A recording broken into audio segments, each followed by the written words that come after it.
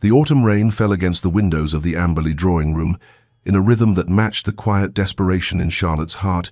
each droplet a small percussion against glass that had witnessed 28 years of her life within these walls, 28 years that society had measured and found wanting. She sat in the corner nearest the fire, a book of astronomical observations open in her lap,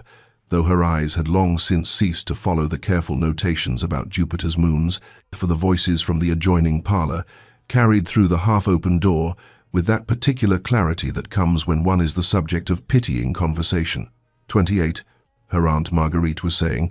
the words floating through the doorway like unwelcome ghosts, and not a single prospect this season. Vivienne, you must face the truth of it. Charlotte's mother responded in tones both defensive and resigned, a combination Charlotte had heard so often it no longer pierced as sharply as it once had. She is accomplished, well-read, her deportment is beyond reproach. She is peculiar, Aunt Marguerite interrupted, her voice carrying the weight of absolute certainty. She speaks of stars and mathematics when she should discuss watercolors and needlework. She has that unfortunate tendency toward honest discourse when a clever young woman should cultivate mystery, and frankly, Vivienne, at her age, with her habits so firmly established, what gentleman could possibly— The sentence remained unfinished, but its meaning hung in the air as complete as any constellation Charlotte had ever charted. She closed the book with careful precision, her fingers tracing the worn leather binding as if it might offer some comfort against the familiar ache that had settled in her chest like an old companion, unwelcome but known. The fire crackled, sending shadows dancing across the Persian carpet, and Charlotte found herself thinking, not for the first time, that there was a peculiar freedom in hopelessness, a strange liberation in accepting that the future society had prescribed for her marriage. Children, the management of a household under a husband's benevolent authority, would never materialize. She could pursue her studies of the heavens without the interruption of courtship,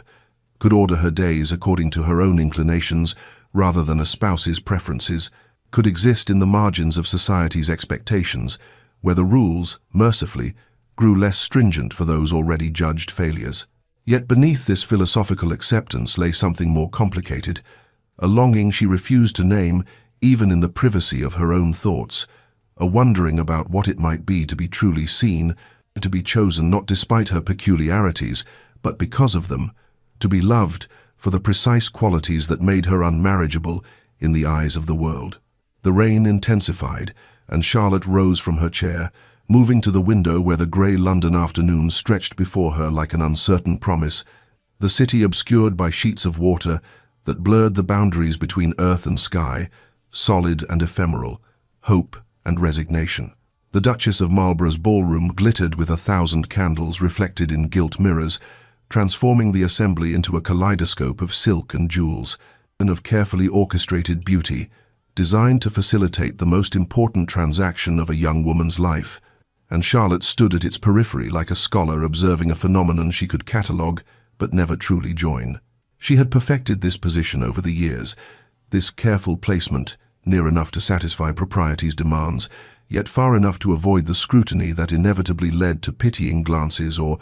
worse, the forced cheerfulness of matrons who spoke to her with the particular kindness reserved for the afflicted. The younger women swirled past in their pale muslins, their faces bright with hope and calculation,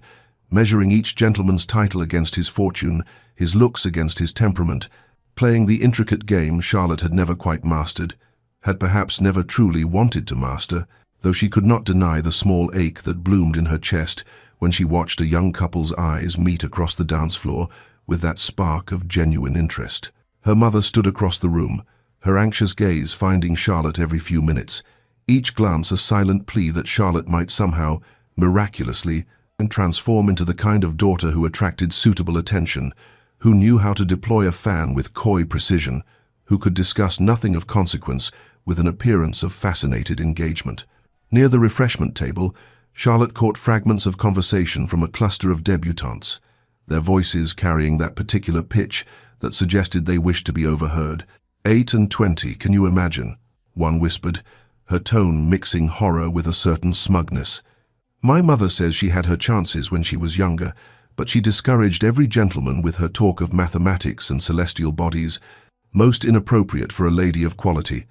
Another laughed, the sound like breaking glass. Perhaps she means to marry a telescope, since she seems to prefer their company to any gentleman's. Charlotte felt the familiar heat rise in her cheeks, not from shame precisely,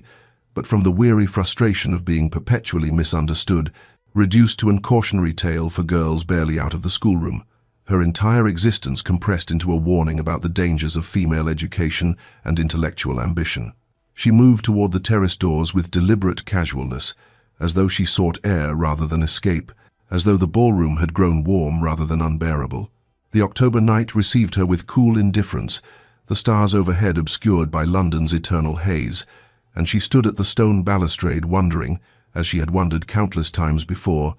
whether the loneliness of spinsterhood was truly worse than the loneliness she suspected might exist within an ill-matched marriage,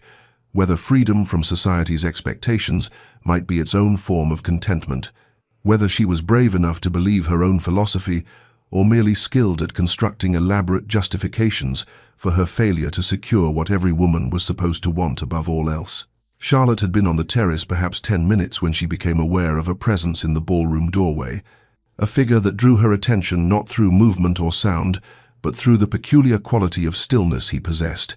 a stillness that seemed to absorb rather than reflect the light and noise of the assembly. And when she turned to look, she found herself meeting the gaze of a man she recognized from reputation, though they had never been formally introduced. Sebastian Thornwood, Duke of Ravencrest, recently returned from the Peninsular Wars with a collection of medals and, if the gossips were to be believed, a temperament so severe that even the most ambitious mothers had despaired of softening him toward matrimonial inclinations. He stood with military precision, his dark evening clothes impeccable but somehow austere compared to the peacock display of the other gentlemen, and Charlotte could see even from this distance the thin white line of a scar that traced from his temple to his jaw, a mark of violence that society whispered about in tones mixing fascination and unease, as though suffering itself were something indecent to display. His eyes held hers for a moment that stretched longer than propriety should have allowed,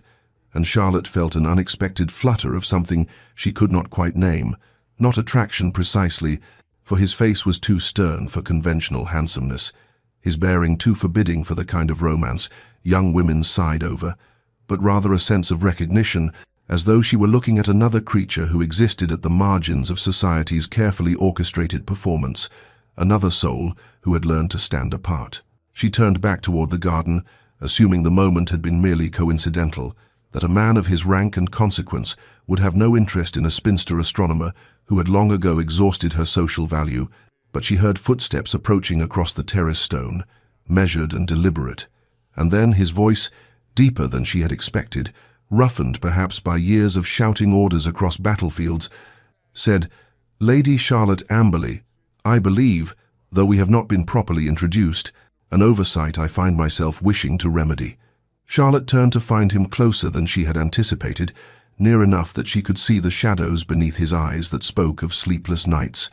the tension in his jaw that suggested pain carefully controlled, and she managed a curtsy that felt awkward under the intensity of his regard. "Your Grace, I am afraid you have the advantage of me, for while I know your name and reputation, I cannot imagine what has prompted this introduction, as I am quite certainly the least interesting person at this assembly." Something flickered across his face, too quick to interpret, and he said, "I have spent the past hour observing this gathering, Lady Charlotte, and I would argue precisely the opposite, that you are perhaps the only interesting person present, for while everyone else performs their prescribed roles with practiced precision, you alone seem to actually think about what you observe, to see rather than simply look, and I wonder if that is a quality developed through your studies of the heavens, and this ability to perceive what others miss." The words struck her with unexpected force, not because they were flattering precisely, but because they suggested he had been watching her with attention, had noticed something about her that went beyond the superficial judgment society usually rendered, and Charlotte found herself momentarily speechless, unsure whether to feel exposed or validated, whether this was some elaborate prelude to mockery or something she dared not even consider. Before she could formulate a response, the Duchess of Marlborough appeared in the doorway with the unerring instinct of a hostess who senses the possibility of scandal, and the formal introduction was made with all proper ceremony, though Charlotte barely heard the words, too aware of the Duke's continued gaze, too confused by the strange intensity of this encounter that ended as abruptly as it had begun, when he bowed, murmured something about the pleasure of making her acquaintance, and withdrew back into the ballroom, leaving Charlotte on the terrace with her racing heart and the unsettling certainty that something had shifted, though she could not have said what or why, only that the Duke of Ravencrest had looked at her as though she were a puzzle he intended to solve, and she had no idea whether that prospect terrified or thrilled her more. The note arrived 2 days later, delivered by a footman in the Ravencrest livery, and Charlotte happened to be in the entrance hall when Matthews, their elderly butler, accepted it with the kind of grave dignity he reserved for correspondence from persons of the highest consequence, his eyebrows rising almost imperceptibly when he read the sender's name before presenting the missive to Lady Amberley on a silver tray. And Charlotte watched her mother's face transform, through a sequence of expressions that might have been comical, had Charlotte not felt a corresponding tightness in her own chest, confusion, giving way to astonishment, giving way to something that looked dangerously like hope, as her mother read the brief message, requesting permission to call upon the family at their earliest convenience. "Charlotte,"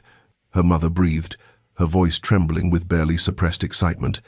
"the Duke of Ravencrest wishes to call upon us, upon you specifically. He mentions having made your acquaintance at the Marlborough Ball and desiring to further the connection. Oh, my dear girl, I can scarcely believe it. A duke, and such a duke, with all his consequence and fortune. Why should he single you out unless he means to? But I mustn't presume. Yet surely he would not request a formal call if his intentions were not serious. We must prepare the drawing-room. We must ensure everything is perfect. Perhaps you should wear your blue silk. It brings out your eyes, though of course it hardly matters what you wear when a gentleman is truly interested, but we must make the best impression possible." Charlotte felt as though she were watching the scene from a great distance, her mother's words washing over her in a tide of anxious optimism, while her own mind spun through a dozen possible explanations for the Duke's request, none of them particularly flattering to herself. Perhaps he had been commissioned by some friend to assess whether the rumors of her oddness were accurate. Perhaps he collected curious specimens of humanity, the way some gentlemen collected fossils or pressed flowers. Perhaps this was some elaborate wager or cruel entertainment designed to mock the pretensions of a woman who had dared to pursue interests beyond her prescribed sphere, and Charlotte found herself constructing elaborate defenses against the humiliation she felt certain must be approaching, steeling herself against hope, because hope had always seemed to her the most dangerous of emotions, the one most likely to leave a person shattered when reality inevitably failed to match imagination's promises. Her father emerged from his study with the afternoon paper still in hand, summoned by her mother's barely coherent exclamations, and he listened to the news with the measured consideration he brought to all matters of import, before saying, with characteristic understatement,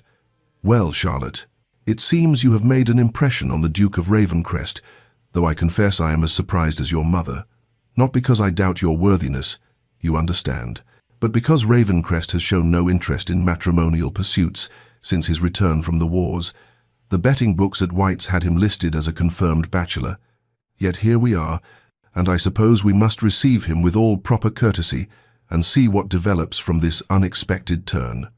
The waiting began then, the 3 days until the appointed visit, stretching out with excruciating slowness, while Charlotte's mother fretted over every detail of preparation, and Charlotte herself oscillated between a cautious, almost painful stirring of possibility and a grim certainty that she was setting herself up for disappointment, that whatever the Duke's reasons for this call, they could not be what her mother so desperately hoped, what Charlotte herself hardly dared to imagine, and she spent the intervening time attempting to fortify herself against whatever revelation or humiliation awaited, reminding herself that she had learned to live without expectations, that she had made peace with her solitary existence, that nothing this Duke could say or do would truly wound her if she simply refused to let it matter, though even as she constructed these mental fortifications, she found herself standing before her mirror more often than usual, studying her reflection with new uncertainty, wondering what he had seen when he looked at her on that terrace, wondering if she had the courage to face whatever truth this visit would bring. The Duke of Ravencrest arrived precisely at the appointed hour, his punctuality somehow unsurprising given his military background,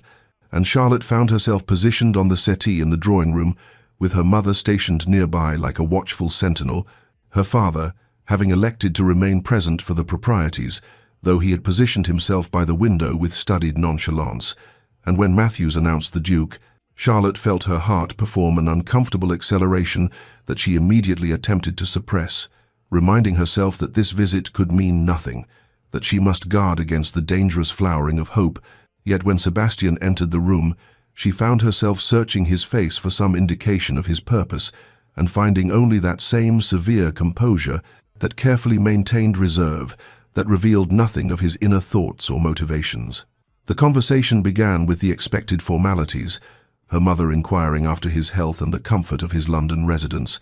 Sebastian responding with courteous brevity, and Charlotte observed the interaction with a strange sense of detachment, as though she were watching a play in which she had somehow been cast without learning her lines, uncertain when she might be called upon to speak or what she might be expected to say. When her mother finally, with transparent intent, asked Charlotte to pour the tea, she was grateful for the occupation of her hands, the familiar ritual of china and silver that gave her something to focus upon besides the Duke's steady gaze, which she could feel even when she was not looking directly at him, a weight of attention that seemed to demand something she did not know how to give. "Lady Charlotte," Sebastian said, and his voice carried a gentleness that seemed at odds with his austere appearance. "Your mother mentioned in her response to my request that you possess a keen interest in astronomical observation, a pursuit I confess I find far more admirable than the usual accomplishments young ladies are encouraged to cultivate." Charlotte handed him his teacup with hands that trembled only slightly, meeting his eyes for the first time since he had entered the room, and she said, keeping her voice carefully neutral, "I am afraid society does not generally share your assessment, Your Grace, as most consider my interest in the stars to be merely another mark of my peculiarity, another indication that I have failed to develop the proper feminine sensibilities." Something shifted in his expression, a softening around his eyes, that made the scar on his face seem less a mark of violence and more a story she suddenly wished to know, and he replied, "Then society reveals its own limitations rather than yours, for surely the contemplation of celestial mechanics requires both intellectual rigor and imaginative capacity, qualities that strike me as far more valuable than the ability to execute a perfect watercolor or play the pianoforte adequately." Charlotte felt her carefully constructed defenses waver at this unexpected validation, and she found herself saying, with more honesty than she had intended, "I have recently been studying the work of Caroline Herschel, attempting to understand her methods of comet detection, though I confess the mathematics sometimes exceed my capabilities." She had expected polite acknowledgement, perhaps a gentle redirection to safer topics, but instead, Sebastian leaned forward slightly, his attention sharpening, and he said, "Herschel's work is remarkable, particularly her systematic approach to sky surveys, though I wonder if you have encountered the same frustration I have with her published calculations, which seem to assume a level of prior knowledge that makes them difficult to follow without additional reference materials." The conversation that followed was unlike anything Charlotte had experienced in a social call, a genuine exchange of ideas about parallax measurements and orbital mechanics that left her mother looking bewildered and vaguely alarmed, as though she feared this unseemly display of learning might somehow damage Charlotte's prospects. Yet Sebastian seemed not only comfortable with the discussion but energized by it, his severe features animating in a way that made Charlotte suddenly see the man beneath the facade of ducal reserve, and when he noticed the volume of Lalande's astronomical tables on the side table where Charlotte had left it that morning, he asked if he might examine it, and she watched as he turned the pages with obvious familiarity, commenting on particular passages that had proven useful in his own observations, and Charlotte realized with a start that this was not polite pretense, that the Duke of Ravencrest genuinely shared her passion for the stars, and the recognition sent a flutter of something dangerous through her chest, something that felt terribly like hope, despite all her resolutions against it. The visit lasted precisely the acceptable duration, neither too brief to suggest disinterest, nor so extended as to breach propriety, and when Sebastian took his leave, bowing over Charlotte's hand with formal courtesy, he said, "I have found this conversation most illuminating, Lady Charlotte, and I hope I might have the privilege of continuing our discussion of astronomical matters at some future occasion." And Charlotte could only nod, unable to trust her voice, watching as he departed with that same military precision, leaving her more confused than ever about his intentions, wondering if what had just transpired was merely intellectual companionship between fellow enthusiasts, or something that might possibly, impossibly, be the beginning of something more profound, and finding herself afraid to examine too closely which possibility frightened her more. Weeks passed in a strange suspension between possibility and restraint,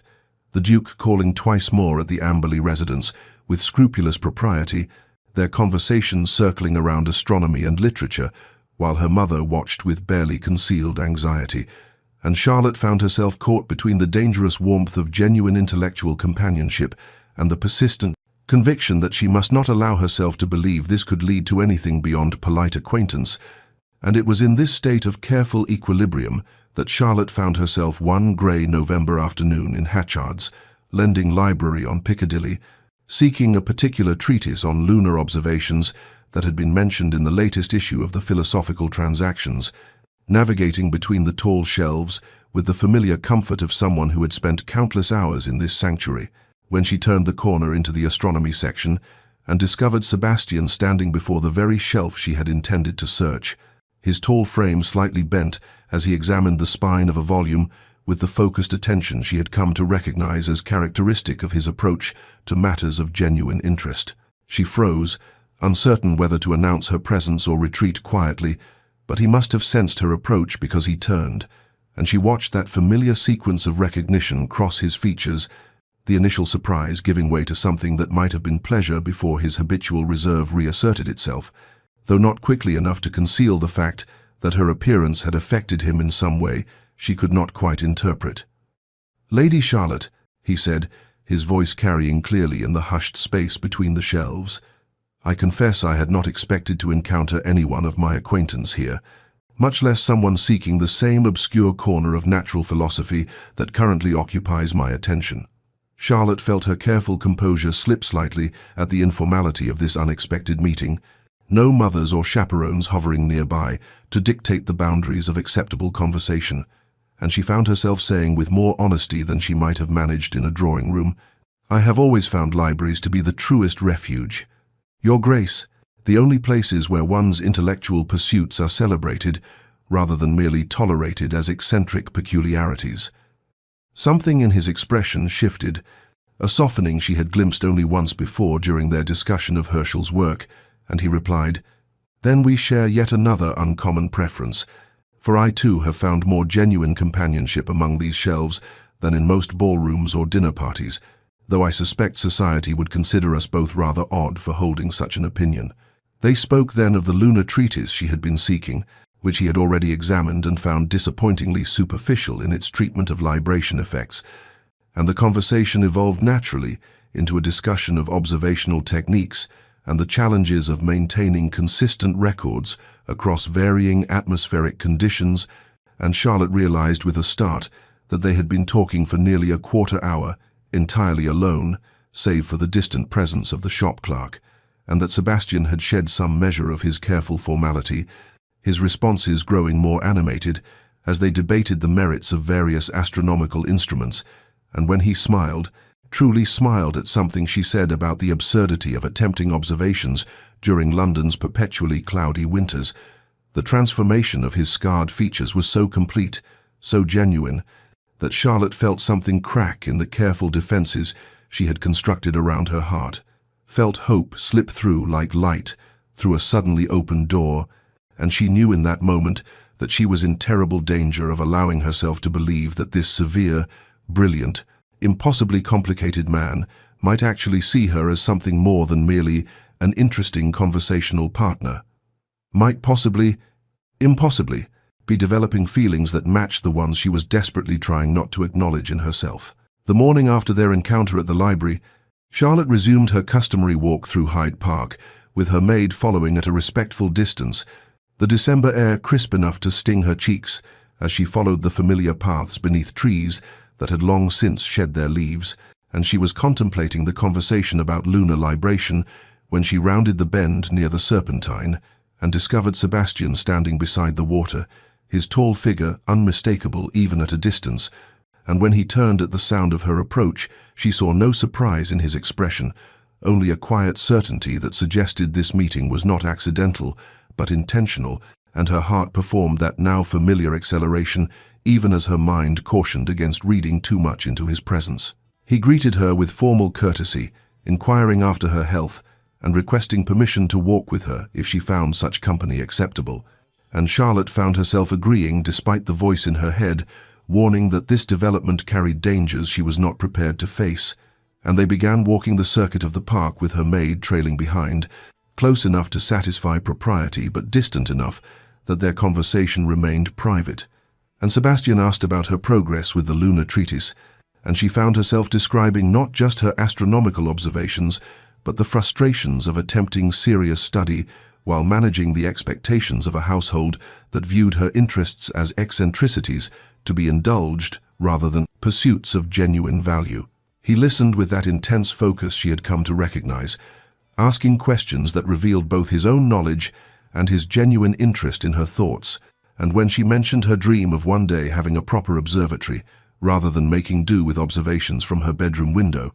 he did not laugh or dismiss the ambition as fanciful, but instead discussed the practicalities of telescope placement and the challenges of maintaining instruments in England's damp climate,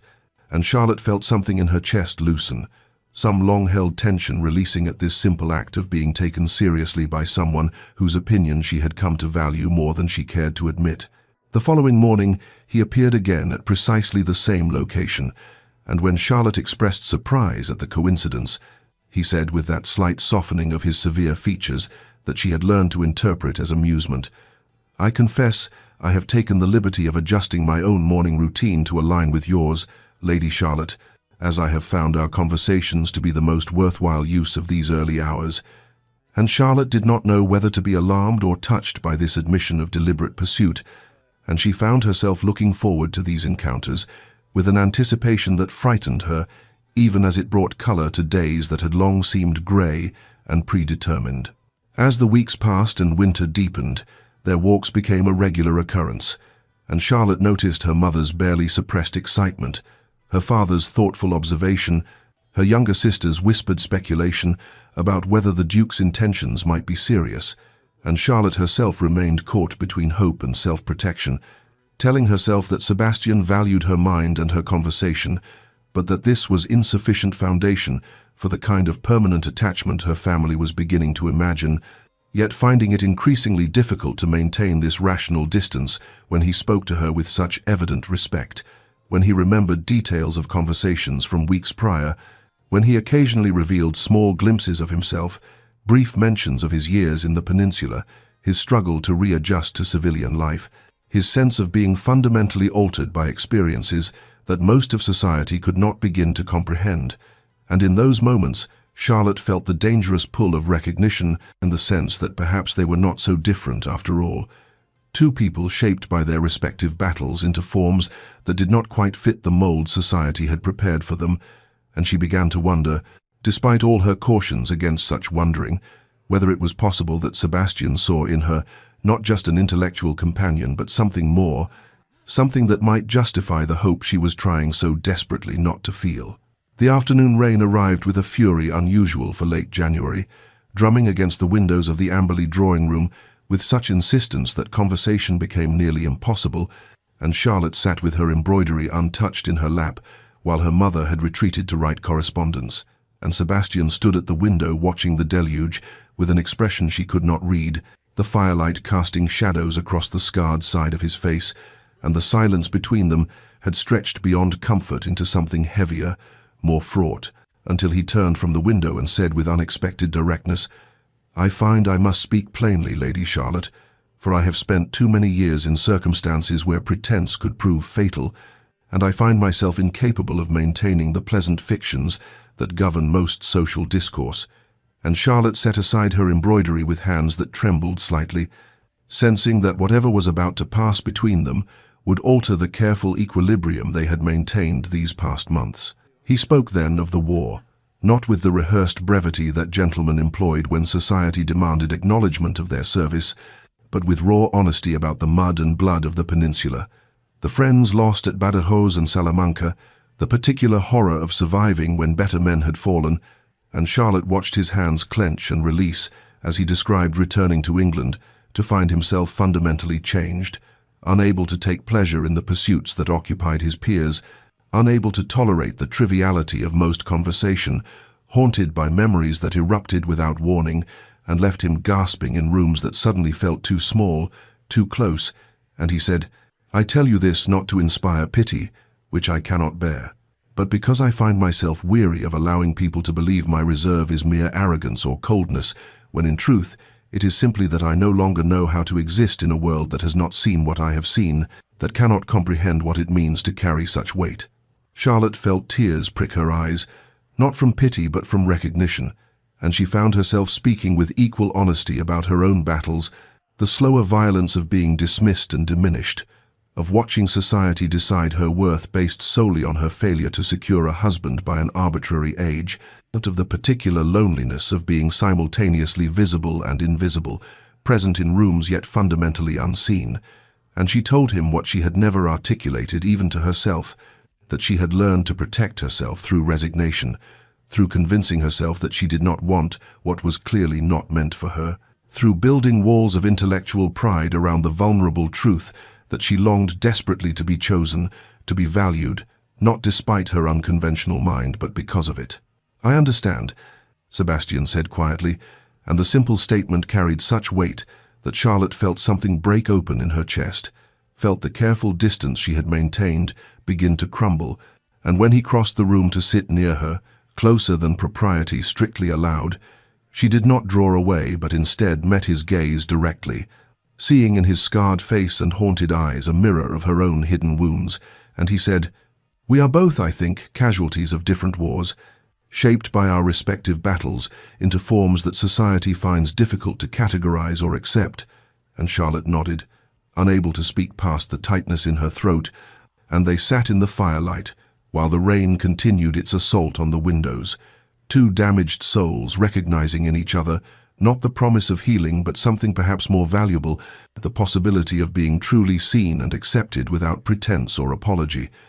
And Charlotte understood in that moment that whatever happened next, this afternoon had irrevocably changed something between them,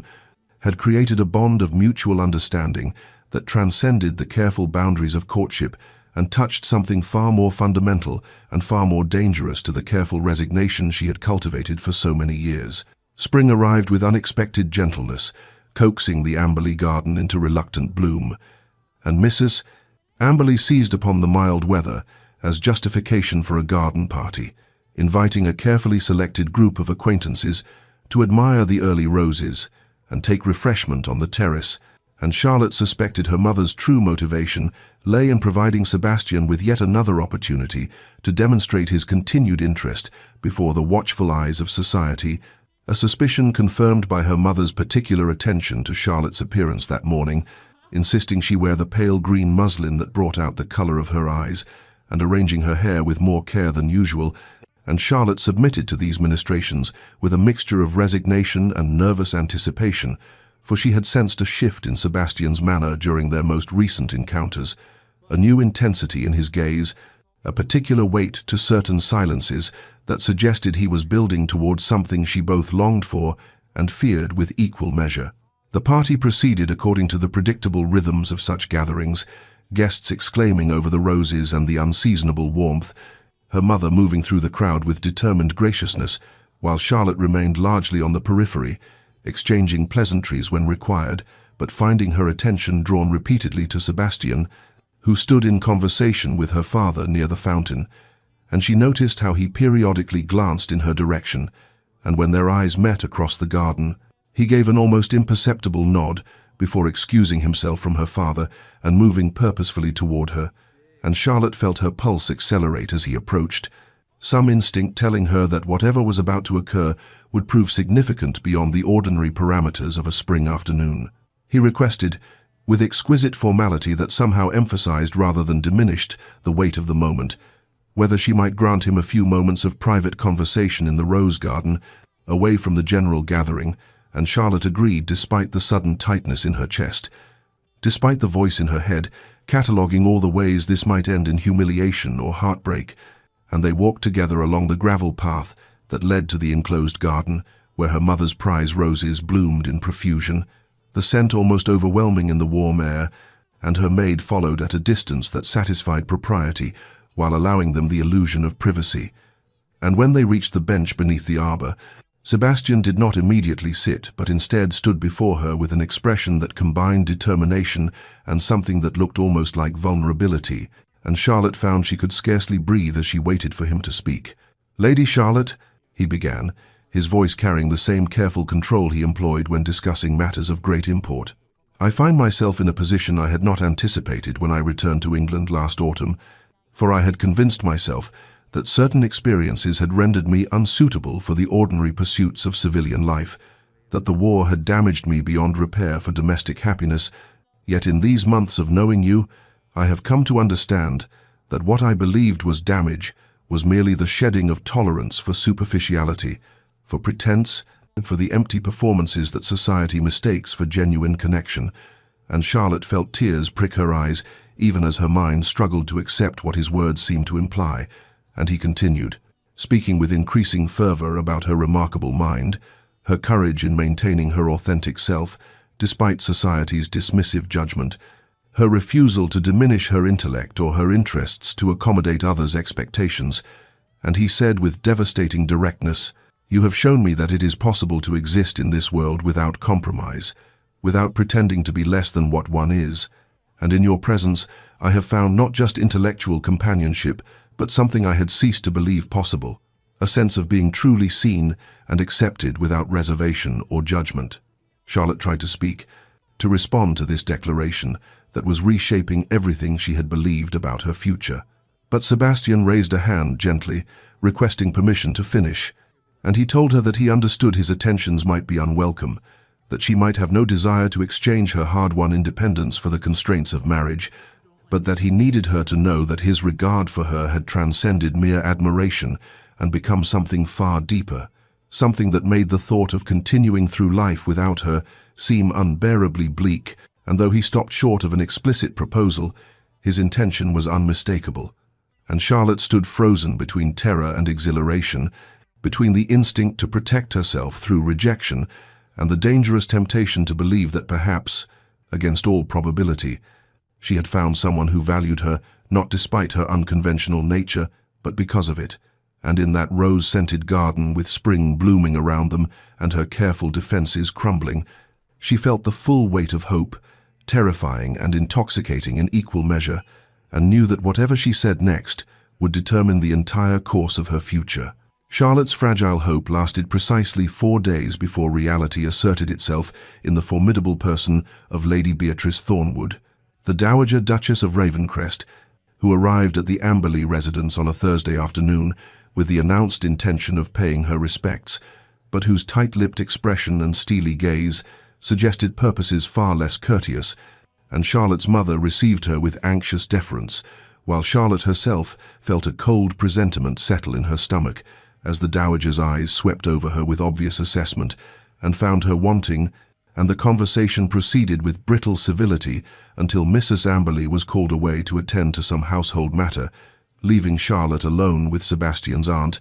who wasted no time in dispensing with pretense and stated with devastating directness that she had come to discuss the unsuitable attachment her nephew had formed with a woman who was, to speak plainly, far too old to be considered a viable candidate for Duchess. For at 28, Charlotte was well past the age when childbearing could be considered reliable, and the Thornwood line required heirs, multiple heirs if possible, which a woman of Charlotte's advanced years could hardly guarantee. And furthermore, while the Dowager acknowledged that Charlotte possessed a certain intelligence, she lacked the accomplishments and social graces that befitted the position of Duchess, having never been trained for such responsibilities, and having spent her years developing her mind rather than the skills necessary for managing a great household and navigating the complexities of high society. Charlotte listened with a composure that required every ounce of discipline she possessed, her hands folded in her lap to hide their trembling, while the dowager continued her litany of objections, noting that Sebastian had endured enough hardship in the war without shackling himself to a marriage that would subject him to whispers and speculation about why he had chosen so poorly when he might have had his pick of accomplished young women from the finest families. And though the dowager phrased her concerns as solicitude for Sebastian's welfare, Charlotte heard beneath the elegant language the unmistakable message that she was considered unworthy, insufficient, a source of potential embarrassment rather than pride. And when the dowager finally departed with a dismissive nod, Charlotte sat alone in the drawing room, fighting against the tears that threatened to overwhelm her carefully maintained control. And it was in this state that she found herself an hour later ascending the stairs, when she heard raised voices from her father's study, recognizing Sebastian's controlled baritone and his aunt's sharp tones, and she stopped on the landing, knowing she should not listen, yet unable to prevent herself from hearing the dowager's damning assessment repeated, hearing her own inadequacies enumerated with brutal precision,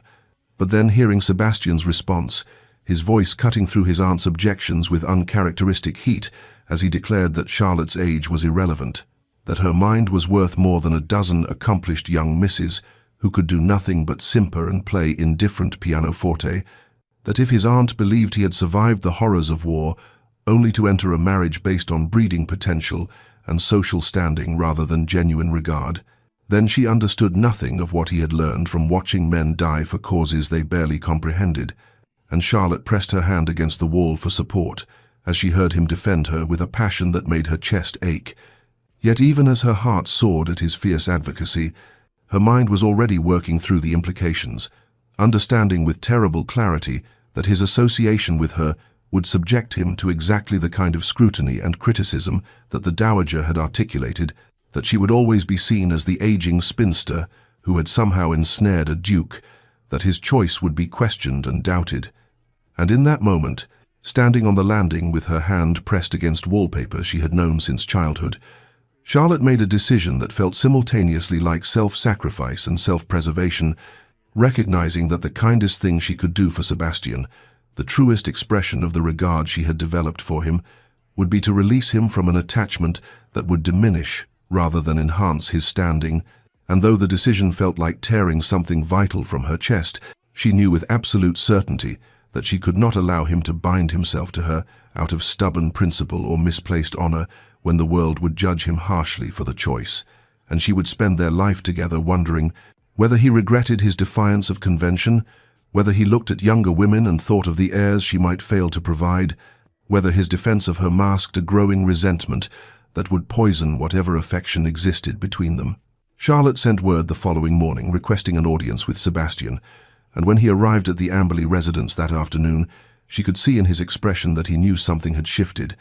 that the careful progress they had made toward understanding was about to be disrupted, and she received him in the drawing room with her mother conveniently absent, having been persuaded that Charlotte needed to speak with the Duke privately on a matter of some delicacy, and Sebastian stood before her with that same controlled stillness he had exhibited during their first awkward meeting, as though bracing himself for a blow he had long anticipated, and Charlotte began with words she had rehearsed through a sleepless night, explaining with as much composure as she could summon that she had been giving considerable thought to their association,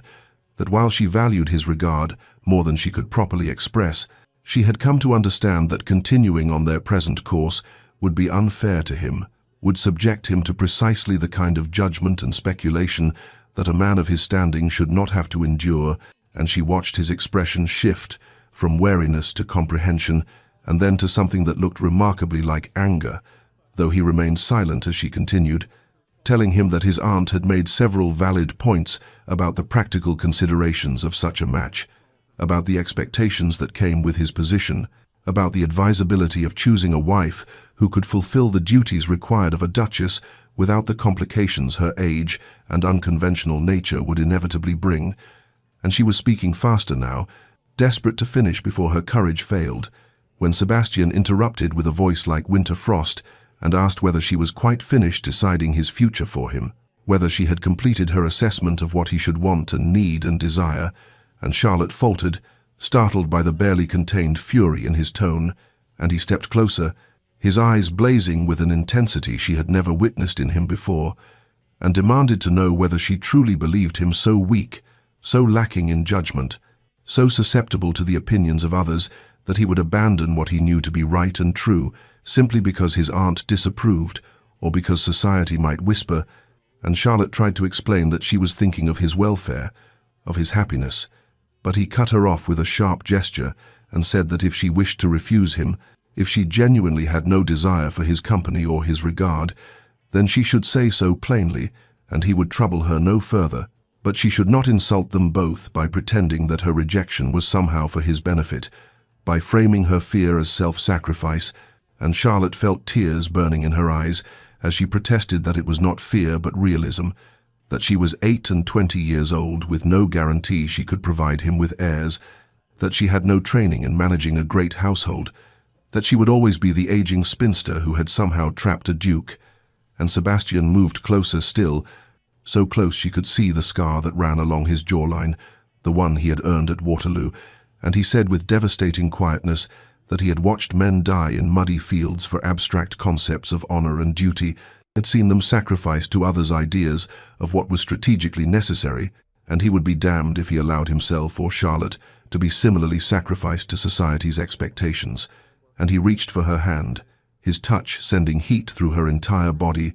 and told her that he was not asking for her compliance or her self-abnegation, but for her honesty, for her trust that he was capable of choosing his own path, even if that path led to difficulty. And Charlotte found herself trembling as she looked up at him, seeing in his face an openness she had never witnessed before, a vulnerability that matched her own, and she whispered that she was terrified of being the source of his regret, terrified that in 5 years or 10 he would look at her and wish he had chosen differently. And Sebastian's expression softened as he raised his hand to her face, his thumb brushing away a tear that had escaped despite her efforts at control. And he said that the only regret he could imagine was the regret of letting fear dictate his choices, of allowing society's judgment to rob him of the one person who had made him feel truly alive since his return from the war. And they stood there suspended in a moment that seemed to exist outside normal time, his hand against her cheek and her heart pounding so loudly she was certain he must hear it, and he leaned toward her with unmistakable intent, his eyes asking a question even as his body moved to close the distance between them. And Charlotte felt herself swaying forward in answer, every rational objection dissolving in the face of overwhelming desire, and their lips were a breath apart, when the drawing-room door opened abruptly, and her mother's voice called out an apology for the interruption, having forgotten her embroidery, and the moment shattered like dropped crystal, and Sebastian stepped back with visible effort, while Charlotte pressed her hand to her chest, as though she could physically slow her racing heart, and in the awkward aftermath of nearly consummated desire and her mother's oblivious chatter about the weather, Charlotte understood with absolute clarity that whatever decision she made about their future, it could no longer be based on abstract considerations of propriety or duty, for something fundamental had shifted between them, something that could not be dismissed or denied or sacrificed to fear, no matter how reasonable that fear might be. The silence that followed Sebastian's departure that afternoon was not the comfortable quiet of understanding, but rather the hollow absence of something vital. And though Charlotte told herself she had made the necessary choice, the rational choice, the selfless choice, the weight of that decision settled over her like November fog, thick and inescapable, and when a week passed without word from him, she felt vindication mixed with devastating loss. And when that week became 2 and then 3, and then an entire month, she understood with absolute finality that he had accepted her judgment, had taken her rejection at face value despite his protests,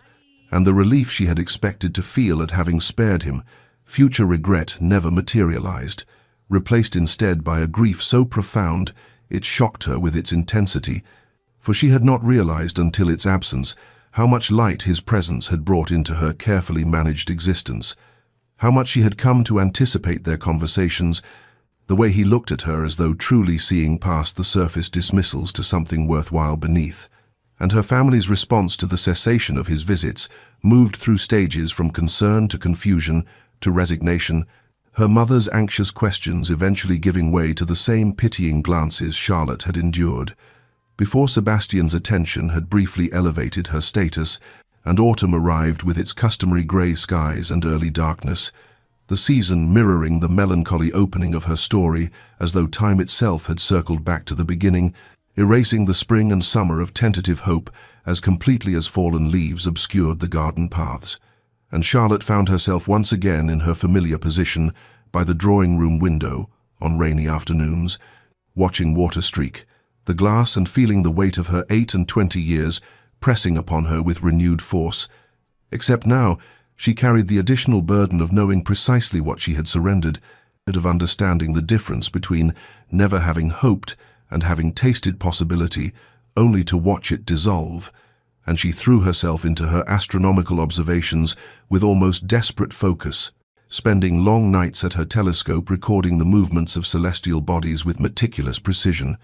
as though the predictable mathematics of planetary orbits could somehow impose order on the chaos of human emotion. And when she encountered acquaintances at social functions, she endured their carefully neutral expressions and studied silences about the Duke with as much dignity as she could summon, understanding that the whispers had undoubtedly intensified, that the gossips were having a fine time speculating about what deficiency in her had finally revealed itself to drive away even the eccentric Duke of Ravencrest, and her mother made one attempt to broach the subject directly, asking gently what had transpired to end such a promising association. But Charlotte could not find words to explain that she had chosen this isolation deliberately, that she had calculated the cost of Sebastian's regard and found herself too expensive a purchase, and so she simply said that they had recognized their incompatibility and mutually agreed to discontinue the acquaintance, which was simultaneously true and the most profound lie she had ever told. And as October gave way to November and the social season began in earnest, Charlotte settled back into her role as permanent wallflower, with a resignation that felt both familiar and utterly foreign, for she had briefly imagined a different future, had allowed herself to envision standing beside Sebastian as his equal, rather than hovering at the margins of society as its peculiar specimen, and the return to her previous existence felt less like homecoming than exile, a punishment she had prescribed for herself in the name of protecting someone who had never asked for her protection. And on particularly difficult nights, she would remember the almost kiss in the drawing-room, the heat of his hand against her face, the look in his eyes that had promised understanding and acceptance and something deeper than mere tolerance. And she would wonder whether she had made the right choice or merely the cowardly one, whether her self-sacrifice had been noble or simply another form of the fear that had governed so much of her life. But there was no retrieving the decision now, no way to undo the separation she had initiated, and so she bore the weight of her sacrifice in silence, while autumn deepened into early winter, and the world continued its indifferent rotation without regard for the breaking of one spinster's heart. The invitation arrived on a grey December morning, when Charlotte had largely ceased expecting anything beyond the predictable rhythm of her diminished social obligations, and she stood in the morning room holding the heavy cream paper with its royal seal, reading the formal script that commanded her presence at a reception to be held at St. James's Palace in honor of visiting foreign dignitaries, and her first instinct was to decline, to plead illness or family obligation, or any excuse that might spare her the ordeal of appearing before the assembled nobility as a specimen of failure. For surely everyone who attended would know of the Duke of Ravencrest's brief and inexplicable interest in the aging spinster Charlotte Amberley, would recall how that interest had evaporated as mysteriously as it had begun, and she could already imagine the pitying glances and carefully averted eyes, the whispered conversations that would pause when she approached. And yet, even as she considered ways to avoid the summons, she understood that one did not simply refuse a royal invitation without compelling cause, that to do so would bring greater shame upon her family than attending could possibly inflict, and so she showed the invitation to her mother, who responded with a complex mixture of excitement at the honor and anxiety about what it might mean. Whether this was some cruel social test, or perhaps an opportunity for Charlotte to demonstrate that she had survived her brief elevation and subsequent fall with dignity intact, and the weeks that followed were consumed with preparation, with the selection of an appropriate gown that would be neither too modest nor too presumptuous, with her mother's endless instructions about proper behavior in the Queen's presence, with Charlotte's own mounting dread as the date approached, and she found herself lying awake at night contemplating the various ways the evening might unfold, imagining herself standing alone while couples swirled past her in the dance, picturing the moment when some well-meaning acquaintance would ask about the Duke and she would have to smile and say something neutral and deflecting, and as her maid dressed her on the evening of the reception, fastening the pearl buttons of her ice-blue silk gown and arranging her dark hair in an elaborate style that seemed far too youthful for her years, Charlotte looked at her reflection and saw a woman playing at belonging to a world that had made its judgment of her long ago,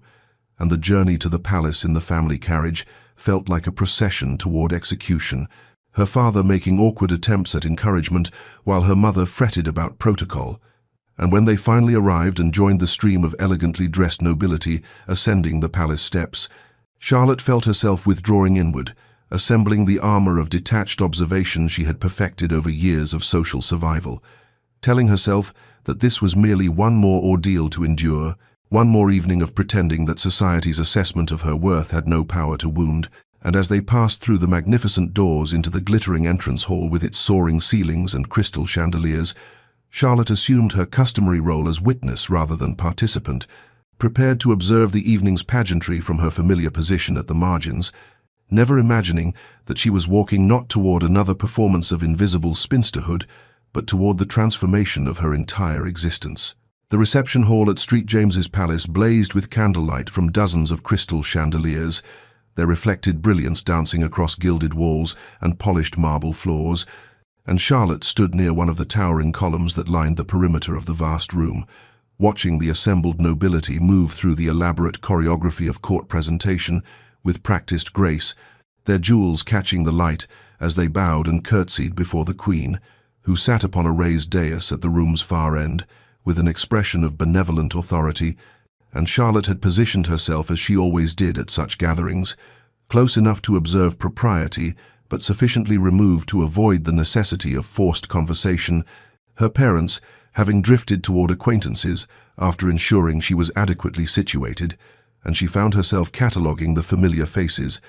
recognizing the same families who had populated every significant social event of her adult life, the same young women who had married and produced children, while Charlotte remained perpetually unchanged, and the room hummed with conversation and laughter, with the rustle of silk and the murmur of diplomatic exchanges. And Charlotte felt herself becoming almost invisible in the way she had perfected, her stillness rendering her unremarkable amid so much movement and color,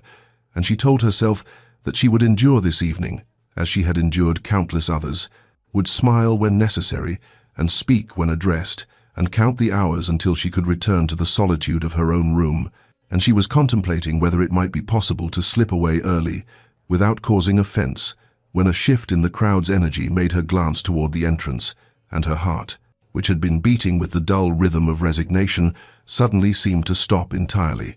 For there across the expanse of glittering assembly stood Sebastian Thornwood, Duke of Ravencrest, his tall figure unmistakable even at distance, dressed in formal black that emphasized the breadth of his shoulders and the severity of his bearing, and he was scanning the room with obvious purpose, his gaze moving across the sea of faces with methodical intensity, and Charlotte pressed herself closer to the column as though she might somehow avoid detection, as though making herself smaller might prevent the inevitable moment when he would see her, and she felt panic rising in her chest, a desperate desire to flee warring with the paralysis that held her frozen in place, for she had spent 2 months constructing a careful equilibrium around his absence, had learned to function despite the constant ache of loss, and seeing him now threatened to shatter the fragile composure she had assembled. And then his eyes found hers across the crowded room, and the world seemed to narrow to just that connection, that recognition that passed between them like an electric current, and she saw something in his expression that she could not name, something that looked almost like determination mixed with vulnerability, and to her absolute shock, he began moving toward her, not quickly but with steady purpose, parting the crowd with his presence, and Charlotte could not move, could not breathe, and could only stand there watching him approach, while her mind raced through impossible explanations for why he would seek her out after months of silence, why he would acknowledge her so publicly when he had accepted her rejection, and she was aware of heads turning to track his progress, of whispers beginning to ripple through the assembly. As people noticed, the Duke of Ravencrest, crossing the room toward the unremarkable spinster by the column, and still he came, his eyes never leaving hers,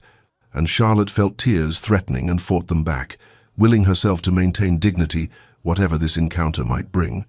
bracing herself for words that would either resurrect hope or confirm its final death. Sebastian reached her, and the murmur of conversation around them seemed to fade into something distant and unreal, and Charlotte found herself looking up into his face, with its familiar, severe lines softened by something she had never seen there before, something that looked almost like fear beneath the determination, and he did not speak immediately but stood there as though gathering courage, and she was conscious of the eyes upon them, of her mother's startled face visible in the crowd, of the ripple of curiosity spreading through the assembled nobility like wind across water. And then Sebastian said in a voice that carried clearly despite its controlled intensity, "Lady Charlotte Amberley," and the formality of it made her heart sink, because she thought he meant to acknowledge her politely and move on, to demonstrate that their past association held no awkwardness, but instead he continued, "I have spent 2 months in the greatest misery of my life, which is saying considerable given that I have survived warfare and loss, and I have come here tonight with the Queen's gracious permission to speak words that should have been spoken long ago, words I was too proud and too foolish to say when you attempted to sacrifice your own happiness for my supposed benefit." And Charlotte felt the ground seem to shift beneath her feet, felt her carefully constructed composure beginning to crack, and she wanted to speak, to stop him, and to prevent whatever was about to happen, because the hope rising in her chest was too painful to bear if it proved false. But he was still speaking, his voice growing stronger. "You believed you were doing me a kindness by releasing me from obligation, but you understood nothing if you thought my regard for you was born of duty, or that it could be dismissed by your nobility." And now people were openly staring, conversations dying away entirely as the assembly realized something unprecedented was unfolding, and Charlotte saw from the corner of her eye that even the Queen had turned her attention to them, that the entire glittering court had become audience to this moment, and Sebastian took a step closer, near enough that she could see the emotion blazing in his eyes, and he said with a passion that seemed to strip away every vestige of his usual reserve, "You are the most brilliant woman I have ever encountered, the only person who has ever seen past the scars and the title to the man beneath, who has spoken to me of stars and mathematics and the movements of celestial bodies as though I were a fellow scholar rather than a duke, who has made me laugh when I thought I had forgotten how, who has shown me that there is more to life than duty and survival." And Charlotte felt tears spilling down her cheeks despite every attempt at dignity, felt her heart breaking and mending simultaneously, and she was dimly aware of gasps rippling through the crowd, of her mother's hand pressed to her mouth, of the unprecedented nature of a duke declaring himself so publicly to a woman society had dismissed as past her bloom, and Sebastian's voice dropped slightly, but lost none of its intensity as he said, "I love you, Charlotte Amberley, not despite your 28 years, but because of all that those years have made you, and I have come before the Queen and this assembled court to declare that truth, because you deserve nothing less than absolute certainty of my regard." The silence that followed Sebastian's declaration seemed to stretch across eternity, and Charlotte stood trembling with tears streaming freely down her face, her hands pressed to her chest as though to contain the heart that threatened to burst from the force of its beating, and she watched through blurred vision as Sebastian, this proud duke who had commanded men in battle and carried himself with such rigid control, lowered himself to one knee before her in full view of the Queen and the entire assembled court, and the gesture was so unexpected, so utterly unprecedented in its public vulnerability, that a collective gasp swept through the hall like wind through trees, and Charlotte felt her breath catch as he looked up at her with an expression of such raw emotion that it stripped away every defense she had ever constructed. And he said in a voice that shook despite his obvious effort at steadiness, "I am not worthy of you, Charlotte Amberley, though I will spend my life attempting to become so, for you possess a brilliance of mind and spirit that society in its foolishness has failed to recognize. And I stand before you and before God and our sovereign not as a duke making a gracious offer to a woman of lesser station, but as a man humbled and awed by the extraordinary person you are, asking if you might possibly consent to accept my most ardent devotion." And he reached into his coat and withdrew a ring that caught the candlelight, a band of gold set with a deep blue sapphire surrounded by small diamonds, arranged in a pattern that Charlotte recognized with a start of wonder as the constellation Cassiopeia, and Sebastian said with something almost like pleading in his voice,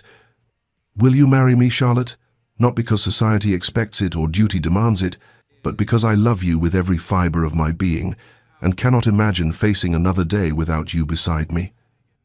And Charlotte tried to speak, but found her voice had abandoned her entirely,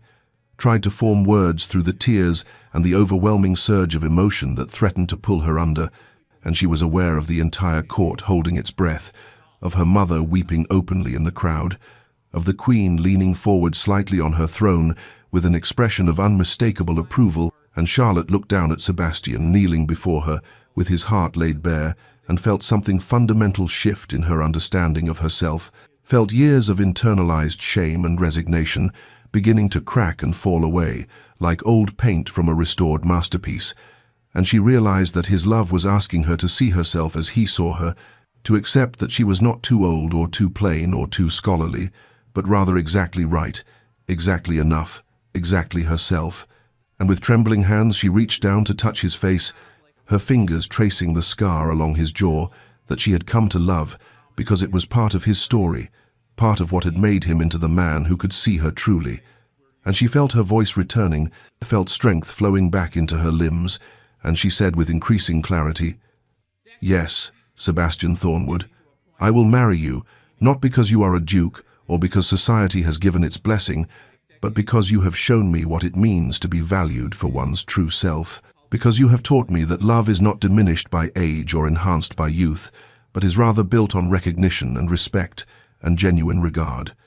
And as he slipped the ring onto her finger with hands that shook slightly, and as he rose to his feet and took her hands in his, with a grip that spoke of desperate relief and overwhelming joy,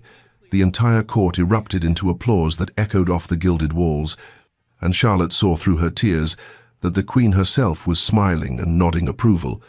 that this unprecedented public proposal had received the highest possible endorsement,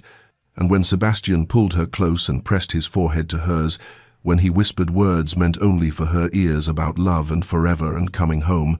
Charlotte felt herself transformed not into someone new, but into someone finally, fully herself. The applause that filled the great hall seemed to wash over Charlotte like waves breaking upon a shore, and she stood there with Sebastian's hands clasping hers and felt the reality of what had just transpired, beginning to settle into her consciousness, and she saw that the Queen had risen from her throne and was approaching them with an expression of unmistakable approval, and Charlotte found herself sinking into a curtsy despite the trembling in her limbs, while Sebastian bowed deeply, and Her Majesty said in a voice that carried clearly, "We are most pleased to witness such a declaration of genuine affection, for it does our heart good to see merit and character valued above the shallow considerations that too often govern matrimonial arrangements." And the Queen's endorsement seemed to ripple through the assembled nobility like a stone cast into still water. And Charlotte watched as expressions shifted from shock to approval, as those who had moments before been whispering about the unprecedented nature of the proposal now nodded sagely, as though they had expected nothing less. And her mother appeared at her side with tears streaming down her face, embracing Charlotte with a fervor that spoke of years of worry finally released, and her father stood nearby with an expression of profound relief mixed with something that looked almost like vindication, and even Sebastian's aunt, the formidable Dowager Duchess, who had so vehemently opposed their connection, approached with a stiff dignity and said grudgingly, "It appears I was mistaken about certain matters, and I trust you will both accept my felicitations." And though her tone suggested the words cost her considerable effort, Charlotte recognized the gesture for what it was and responded with gracious acceptance, because she understood that some victories lay not in triumph, but in allowing others to retreat with dignity intact. The remainder of the evening passed in a blur of congratulations and well-wishes, of curious glances and whispered speculation, and Charlotte found herself repeatedly touching the ring on her finger, as though to confirm its reality,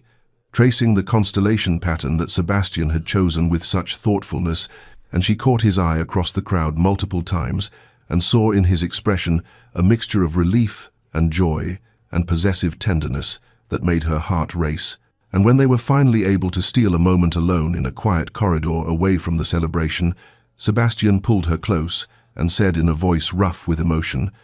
"I thought I had lost you forever. Thought my pride and your nobility had destroyed any chance we might have had." And Charlotte reached up to touch his face and replied, "I thought I was saving you from a poor choice, but I understand now that I was denying both of us the right to choose our own happiness." And he kissed her then, with a desperation that spoke of the 2 months they had spent apart. And when they finally separated, he rested his forehead against hers and said, "We begin the wedding preparations tomorrow, for I will not risk losing you again through delay." And Charlotte laughed through her tears and agreed. And in the days that followed, the announcement appeared in every newspaper and became the topic of countless drawing-room conversations. And Charlotte's mother threw herself into planning with an enthusiasm that bordered on frenzy, and Sebastian proved remarkably patient with the endless discussions of flowers and guest lists and appropriate venues, though he insisted firmly that the ceremony take place within 3 months because he said he had already waited long enough for his happiness. And Charlotte found herself swept along in the preparations while simultaneously marveling at how completely her life had transformed,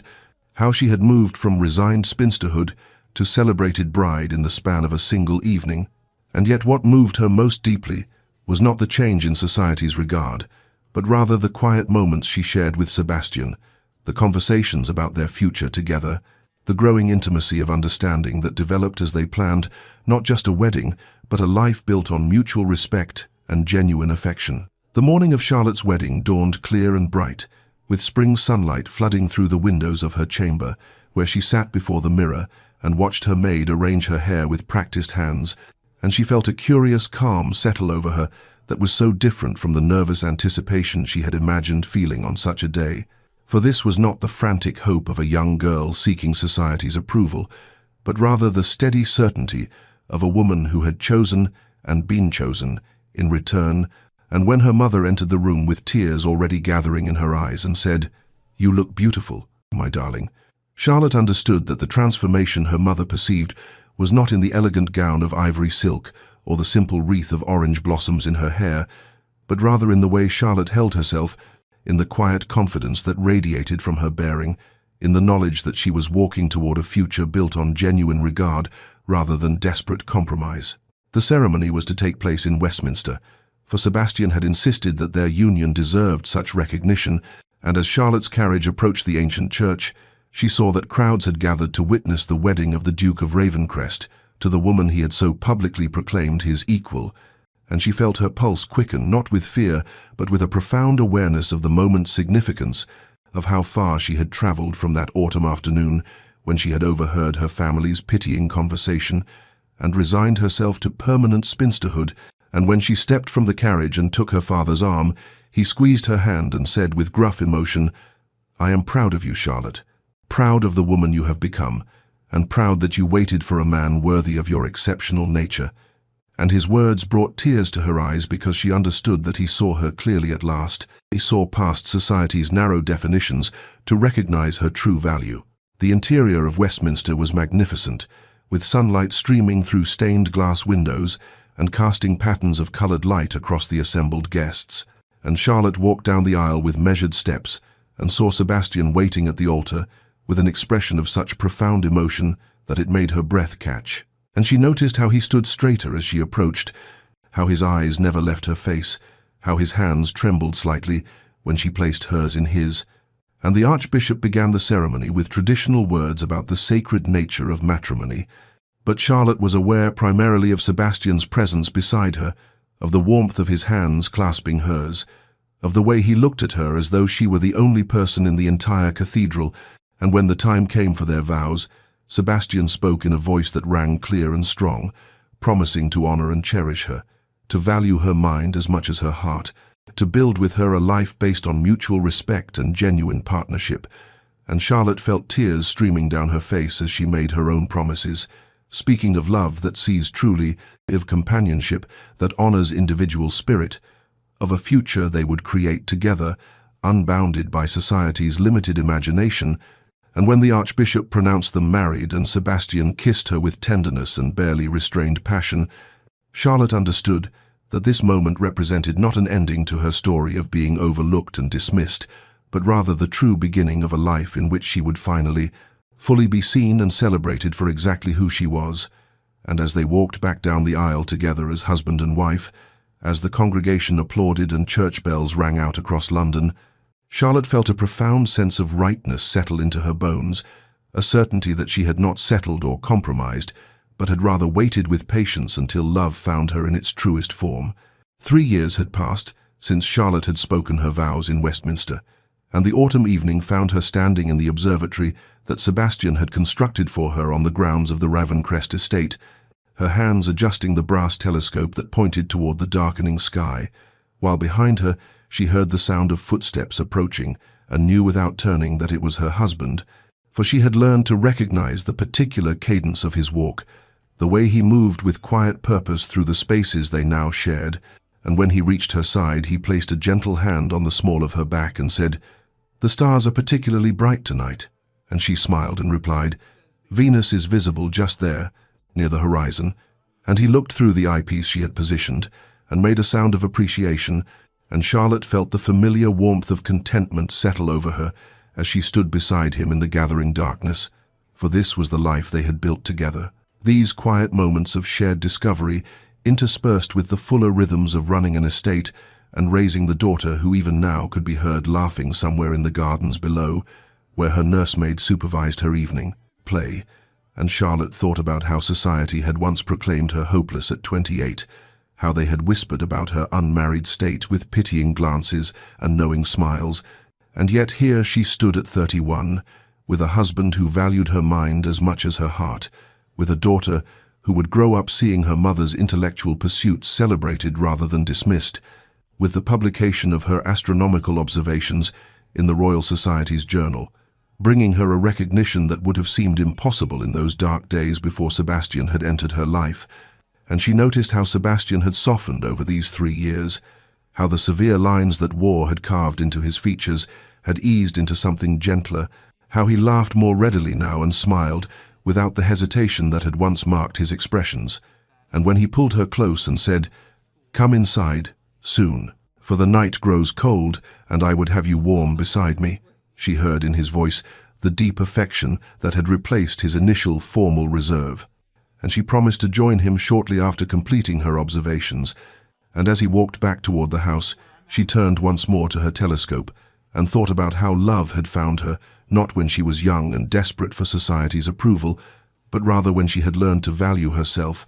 when she had developed the strength to recognize genuine regard and the courage to accept it despite her fears. And through the observatory window, she could see the lights of Ravencrest Manor glowing warm against the darkness, could hear the distant sound of her daughter's laughter, mixing with Sebastian's deeper voice as he scooped the child up and carried her inside. And Charlotte understood with profound certainty that patience had brought her not to resignation but to joy. That waiting had allowed her to find not just any marriage, but the right one, built on foundations of mutual respect and authentic connection that would sustain them through all the years to come. Later that same evening, Charlotte stood at the window of their bedchamber, watching the stars emerge one by one against the deepening darkness, while Sebastian sat by the fireplace reading correspondence, and she thought about how this quiet domestic scene would have seemed impossible to her younger self, who had sat in her family's drawing room, listening to pitying conversations about her unmarried state, and she understood now that the timing of love's arrival mattered far more than society had ever acknowledged. For if Sebastian had appeared in her life when she was 18, and desperate for approval, she might have accepted him out of relief rather than genuine recognition, might have shaped herself to fit his expectations rather than standing firm in her own worth. And it was precisely because she had waited, because she had endured the whispers and the pitying glances and the slow erosion of society's hope for her, that she had developed the strength to recognize authentic regard when it finally presented itself, and the courage to accept it despite her fears. And she turned from the window to look at her husband, whose face was illuminated by firelight, and whose expression had softened into the contemplative gentleness that had replaced his earlier severity. And when he felt her gaze and looked up with a questioning smile, she crossed the room and knelt beside his chair, and took his hand in hers, and said nothing because no words were necessary to convey the profound gratitude she felt for the life they had built together. And Sebastian lifted her hand to his lips and kissed her fingers with tender reverence, And Charlotte thought about all the young women who even now sat in drawing rooms across London, believing themselves failures because they had not married by society's arbitrary deadline, and she wished she could tell them that patience was not resignation, that waiting for genuine connection rather than accepting convenient compromise was not weakness, but rather the truest form of courage, and she wished she could show them that worth was not determined by how quickly one secured a marriage proposal, but rather by the depth of character one developed while learning to value oneself independent of society's approval. Dear listener, perhaps you too have felt the weight of time's passage, have heard the whispers that suggest your moment has passed, have struggled against the fear that waiting means losing, and if so, then let Charlotte's story remind you that love which arrives in its proper season brings with it a depth and authenticity that rushed connections can never achieve. For it is only when we have learned to value ourselves that we can recognize those who truly see us, only when we have developed the strength to stand alone that we can choose partnership from a place of wholeness rather than desperate need. And though society may impose arbitrary timelines and pronounce verdicts on those who do not conform to expected patterns, the truth remains that each person's journey unfolds according to its own necessary rhythm, and what appears to be delay may actually be preparation. What seems like failure may actually be the cultivation of wisdom that will allow you to recognize and accept genuine love when it finally appears. And so, if you find yourself waiting while others around you seem to move forward with ease, if you struggle against the fear that your time has passed and happiness has eluded you permanently, then remember that Charlotte too believed herself hopeless at 28, believed the whispers, and accepted society's dismissal of her worth.